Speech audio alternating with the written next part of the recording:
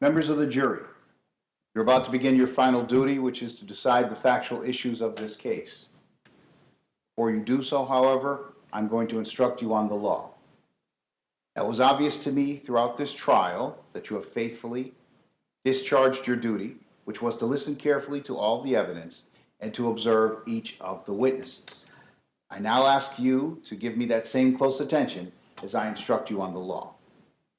My function as the judge in this case has been to see that the trial was conducted fairly, orderly, and efficiently. It was also my responsibility to rule on what you may consider as evidence and then instruct you on the law which applies to this case.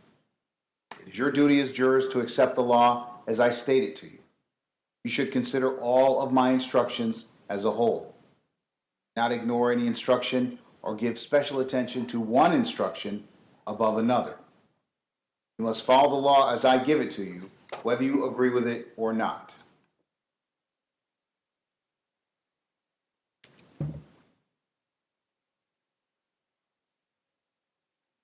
Your function as the jury is to determine the facts of this case. You are the sole and exclusive judges of these facts. You alone determine what evidence to accept, how important any evidence is that you do accept, and what conclusions to draw from all of the evidence. You must apply the law as I give it to you, to the facts as you and you alone determine them to be. In order to decide whether or not the Commonwealth has proved the defendant guilty of these charges, you should determine the facts of this case based solely on a fair consideration of the evidence. You are to be completely fair and impartial, and you are not to be swayed by prejudice or by sympathy, by personal likes or dislikes toward either side. You're not to allow yourselves to be influenced because the offenses charged here are either popular or unpopular with the public. You are not to decide this case based on what you may have read or heard outside of this courtroom. You're not to engage in any guesswork about any unanswered questions that may remain in your mind, nor are you to speculate about what the real facts might or might not have been. Now, you should not consider anything that I may have said or done during the course of this trial, in ruling on motions or objections, or in my comments to the attorneys, or if I asked a question of a witness, or even now in setting forth these instructions in the law. Please don't consider anything I've done as any indication whatsoever of my opinion as to how you should decide the defendant's guilt or innocence. If you believe that I have expressed or hinted at any opinion about the facts of this case, please disregard it. For I have no opinion about these facts, nor do I have any opinion whatsoever about what your verdict ought to be. That is solely and exclusively your duty and your responsibility. In short, then, you are to confine your deliberations to the evidence and nothing more.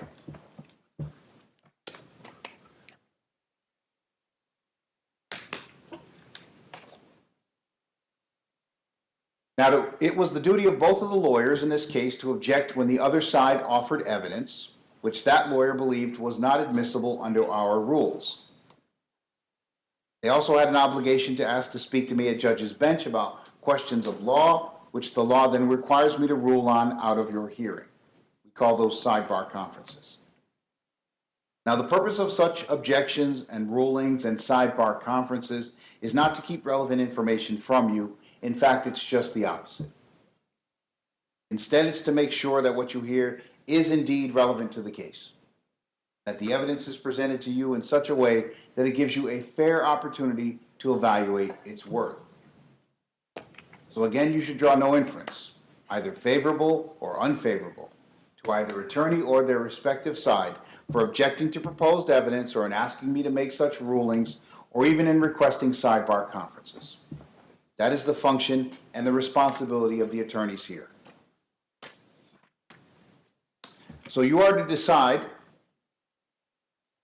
what the facts are solely from the evidence admitted in this case, and not from any suspicion or conjecture. So the logical question, of course, is, what is evidence? Well, evidence consists of testimony of witnesses, as you and you alone recall it, as well as any documents or any other things that may have been received into evidence as exhibits, as well as any facts upon which the lawyers may have agreed or that I may have told you you can accept as proved.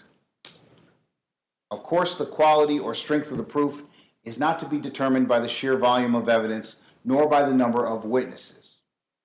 Instead, it is the weight of the evidence, its strength intending to prove the issue at stake, that is important. You might find, for example, that a smaller number of witnesses who testify to a particular fact are more believable than a larger number of witnesses who may testify to the opposite.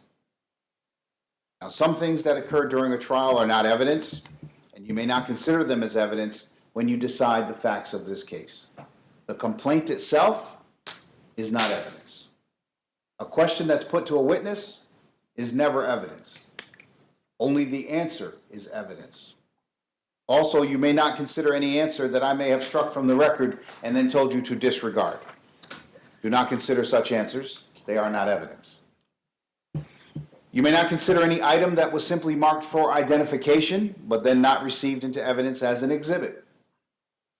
Of course, anything that you may have heard or seen when the court was not in session is not evidence. The opening statements and the closing arguments of the lawyers are not a substitute for the evidence.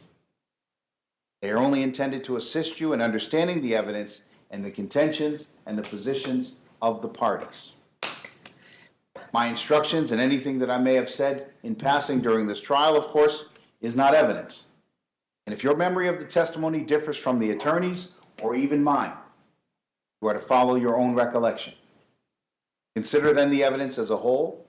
Do not make up your mind about what the verdict ought to be until you've gone to the jury room and had an opportunity to decide the case when you and your fellow jurors have discussed all of the evidence.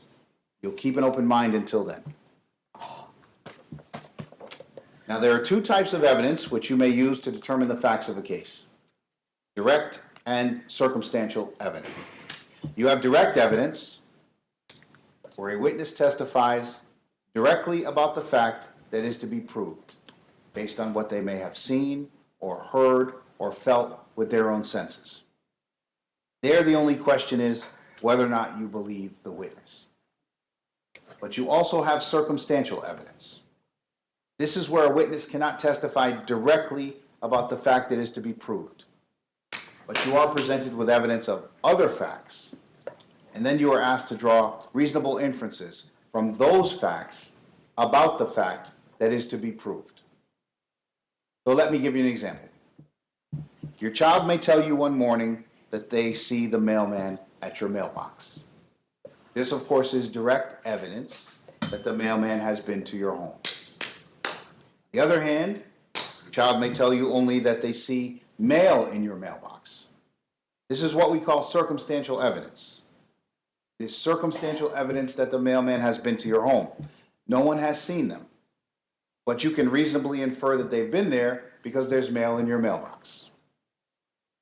Now, the law allows either type of proof in a criminal trial, but there are two important things to keep in mind about circumstantial evidence.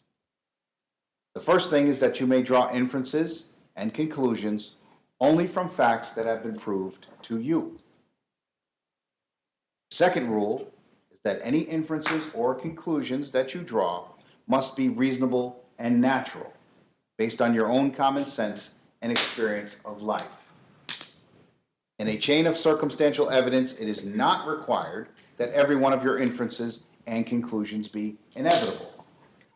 But it is required that each of them be reasonable, that they all be consistent with one another, and that together they establish the defendant's guilt beyond a reasonable doubt.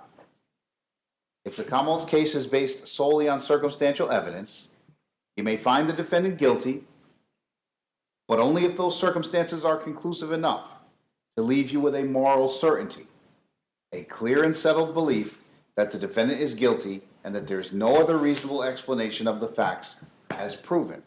The evidence must not only be consistent with the defendant's guilt, it must be inconsistent with his innocence. But whether the evidence is direct or circumstantial, the Commonwealth must prove the defendant's guilt beyond a reasonable doubt from all of the evidence in the case.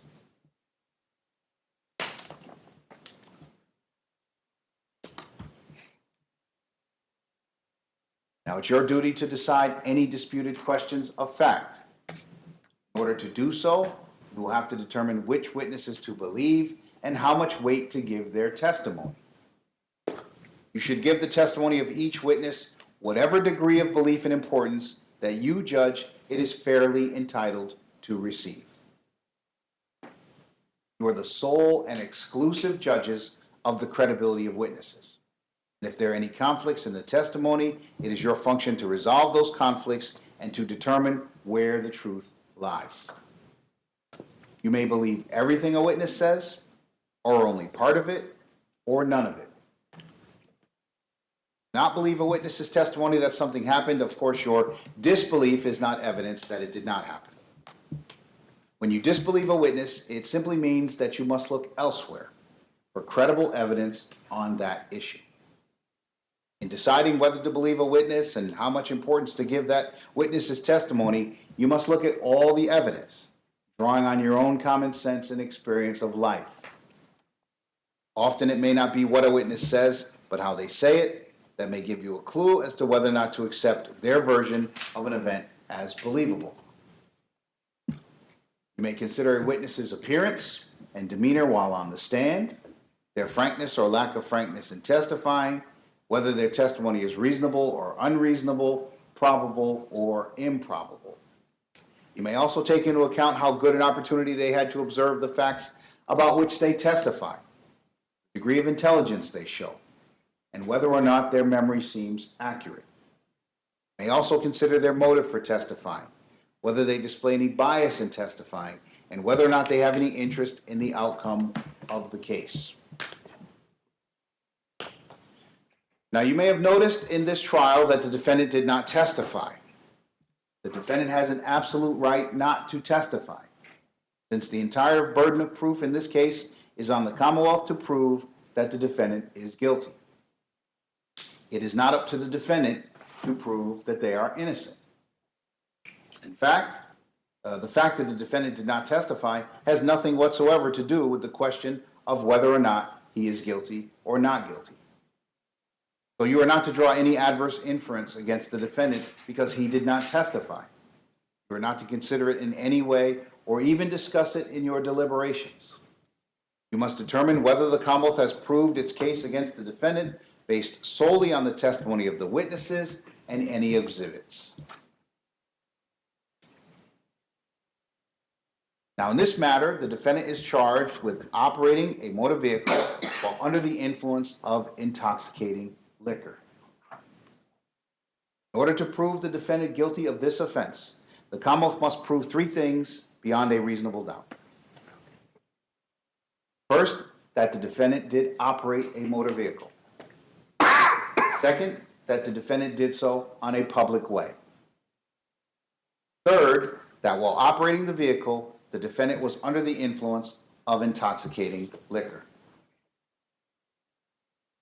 With respect to operation, a person operates a motor vehicle not only while doing all of the well-known things that drivers do as they travel on a street or highway, but also when doing any act which directly tends to set a vehicle in motion. The law is that a person is operating a motor vehicle whenever he or she is in the vehicle and intentionally manipulates some mechanical or electrical part of the vehicle, like the gear shift or the ignition, for example, which alone or in sequence will set the vehicle in motion. That is the first element, that a defendant did operate the motor vehicle. The second element is that the defendant did so on a public way. The Commonwealth must prove beyond a reasonable doubt that the defendant operated a motor vehicle on a public way. Any street or highway that is open to the public and is controlled and maintained by some level of government is a public way. This would include, for example, interstate and state highways, as well as municipal streets and roads.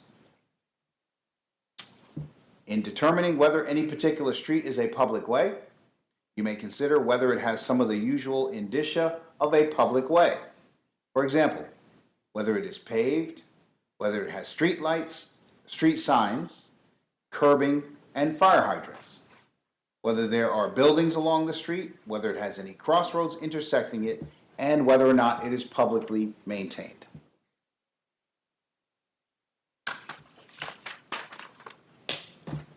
The third element, then, which the Commonwealth must prove beyond a reasonable doubt, is whether the defendant was under the influence of intoxicating liquor while operating the motor vehicle. So, what does it mean to be under the influence of alcohol? Someone does not have to be drunk to be under the influence of alcohol. A person is under the influence of alcohol if they have consumed enough alcohol to reduce their ability to operate a motor vehicle safely by decreasing their alertness, judgment, and ability to respond promptly. It means that a person has consumed enough alcohol to reduce their mental clarity, self-control, and reflexes, thereby leaving them with a reduced ability to drive safely. Now, the Commonwealth is not required to prove that the defendant actually drove in an unsafe or erratic manner, but it is required to prove that their ability to drive safely was diminished by alcohol. The amount of alcohol necessary to do this may vary from person to person. You may rely on your own experience and common sense about the effects of alcohol. You should consider any believable evidence about the defendant's alleged consumption of alcohol, as well as the defendant's appearance, condition, and behavior at the time.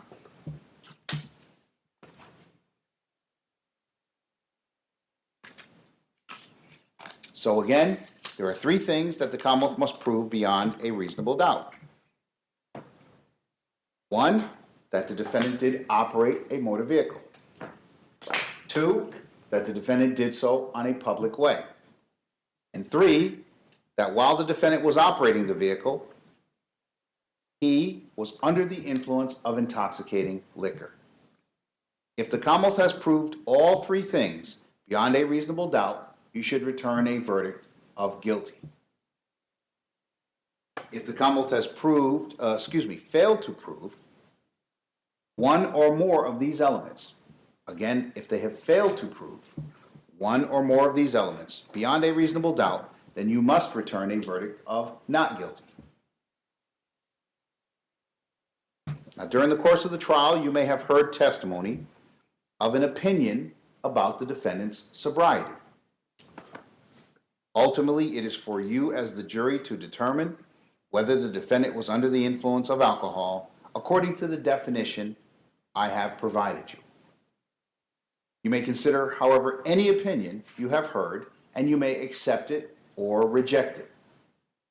In the end, you and you alone must decide whether or not the defendant was under the influence of intoxicating liquor. Now, you may have also heard evidence in this case that the defendant performed field sobriety tests. It is for you to decide if those tests demonstrate the defendant's ability to operate a motor vehicle safely was diminished.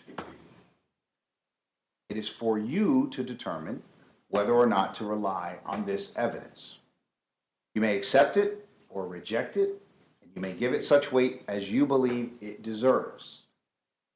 Making your assessment, you may consider the nature of the tests, the circumstances under which they were given and performed, and all of the other evidence in this case.